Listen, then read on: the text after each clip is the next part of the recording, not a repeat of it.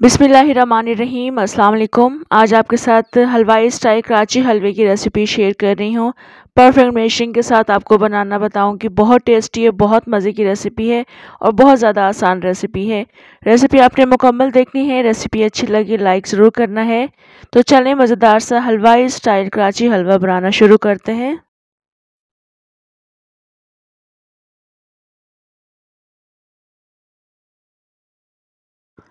यहाँ एक बॉल में मैं आधा कप कॉर्न स्टार्च ऐड कर रही हूँ। ग्राम से मेजर करेंगे तो ये 50 ग्राम है। तमाम रेसिपी में मेजरिंग कप यूज़ करूँगी। ये आधा कप मैंने कॉर्न स्टार्च ऐड किया है। इसी कप को हमने 3 दफ़ा करके डालना है। ये आधा कप है तो हम 3 दफ़ा डालेंगे तो ये 1.5 कप के बराबर बनेगा। तो सादा पानी इसमें पहले ऐड करेंगे, इसको अच्छे से मिक्स कर लेंगे। मैं मेजरिंग कप्स का इस्तेमाल कर रही हूँ। आप अपने घर का कोई सा भी प्याला या प्याली सेट कर सकते हैं इस पूरी रेसिपी के लिए। अभी मैं इसको अच्छे से मिक्स कर रही हूँ। उसके बाद मैं इसमें कलर ऐड करूँगी।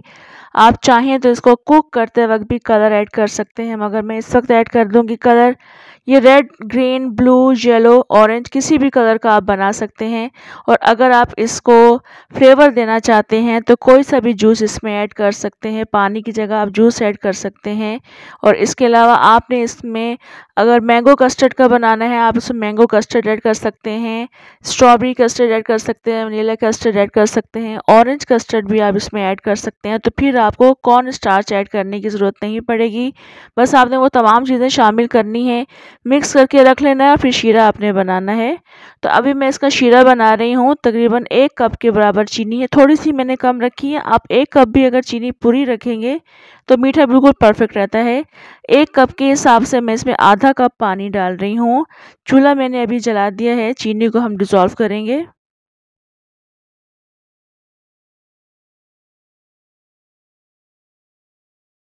चीनी डिज़ोल्व हो चुकी है, बबल्स बनना शुरू हो चुके हैं। जिस वक्त शीरे में जोश आना शुरू होता है तो उसके बाद के आपने 2 से 3 मिनट काउंट करने हैं, क्योंकि हमने इस मिठाई में 1 तार का शीरा बनाना होता है।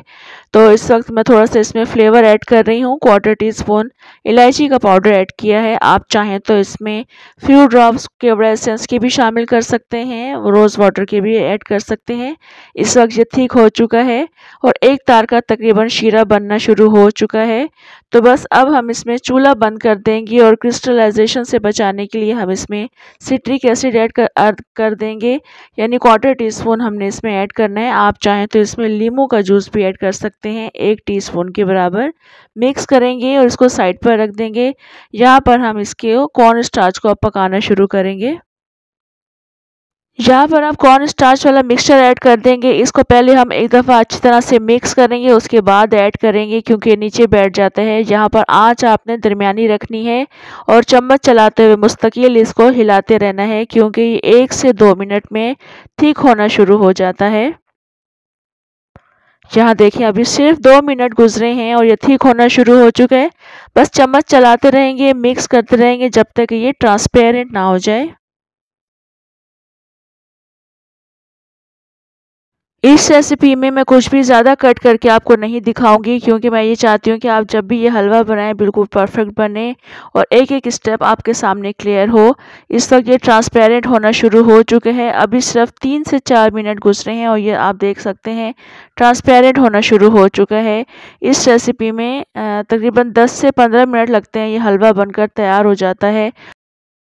यहाँ देखें ये ट्रांसपेरेंट हो चुका है। तकरीबन 4 से 5 मिनट हो चुके हैं, ये ट्रांसपेरेंट हो चुका है। तो बस अब हम इसमें शीरा शामिल करेंगे। मैंने एक साथ ही तमाम शीरा शामिल कर दिया है। अगर आप इसमें आधा आधा करके शीरा शामिल करेंगे, मिक्स करते रहेंगे साथ साथ, तो इस तरह से लम्प्स नहीं आते हैं। आप जिस तरह से मैनेज कर सकते हैं उसी हिसाब से आप इसको मैनेज कर लीजिएगा। मैंने तमाम शीरा शामिल कर दिया है। मैं अच्छी तरह से इसमें चम्मच चलाती रहूँगी और आप देखें बिल्कुल स्मूथ हो जाता है, लम्स ख़त्म हो जाते हैं। बस इसको अच्छे से मिक्स करते रहना है। साथ साथ इसमें घी भी ज़रूर शामिल करना है।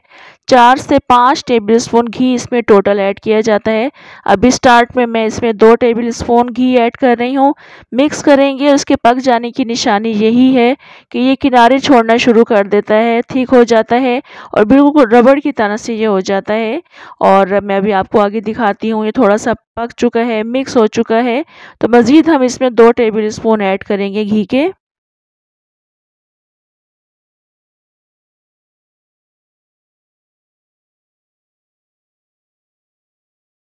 इस रेसिपी में मैंने टोटल 4 टेबल स्पून घी ऐड किया है। घी ऐड करने के फ़ौरन बाद ही ये थिक होना शुरू हो जाता है और किनारे छोड़ना शुरू कर देता है।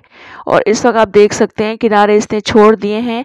बस थोड़ा सा इसमें हम ड्राई फ्रूट्स ऐड करेंगे। वैसे तो कराची हलवे में मगज़ ऐड किए जाते हैं, 4 मगज़ यानी खरबूजे के बीज ऐड किए जाते हैं। मेरे पास तिल मौजूद थे और बादाम मौजूद हैं कटे हुए, तो मैं ये ऐड कर रही हूँ। आपके घर में जो भी फ्रूट अवेलेबल हो, यानी किशमिश, बादाम या फिर इसमें काजू भी ऐड कर सकते हैं, वो डालेंगे, मिक्स करेंगे, चूल्हा बंद कर देंगे। इस वक्त ये बिल्कुल पक चुका है और इसको हम किसी भी बर्तन में ऐड कर देंगे। जितनी थिकनेस आपकी इसकी चाहिए आप उस हिसाब से उसी बर्तन का इंतखाब कीजिएगा। मैं केक टिन में इसको ऐड कर रही हूँ। इस केक टिन को मैंने पहले ग्रीस कर लिया है, थोड़ा सा ग्रीस करना ज़रूरी है। और इसको पोर करते वक्त आप अंदाज़ा लगा सकते हैं ये कितना थिक है। तो बस ये ऐड करेंगे, थोड़ा सा ऊपर से लेवल कर देंगे, इसको रूम टेम्परेचर पर छोड़ देंगे।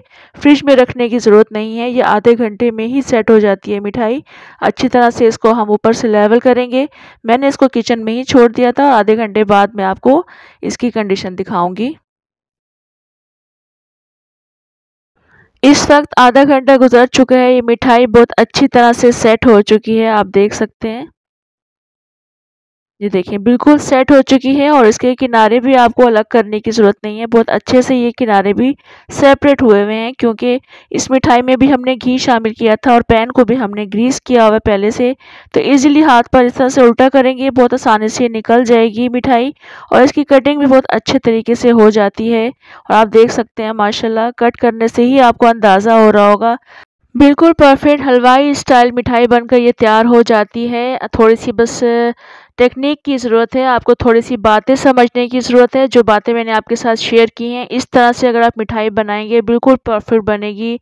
अक्सर हमारे घरों में मिक्स मिठाई आ जाती है, उन मिठाइयों में आपको ये मिठाई भी नज़र आती होगी। और आपको बनाने का अगर तरीका आता है तो आप इजीली घर पर ये मिठाई बना सकते हैं। बहुत ज़्यादा आसान और मज़े की रेसिपी है, ट्राई ज़रूर कीजिएगा। कमेंट करके भी आपने ज़रूर बताना है आपको रेसिपी कैसी लगी। इंशाल्लाह नेक्स्ट मज़ेदार सी रेसिपी के साथ दोबारा आऊँगी। तब तक के लिए इजाज़त दें। अल्लाह हाफ़िज़।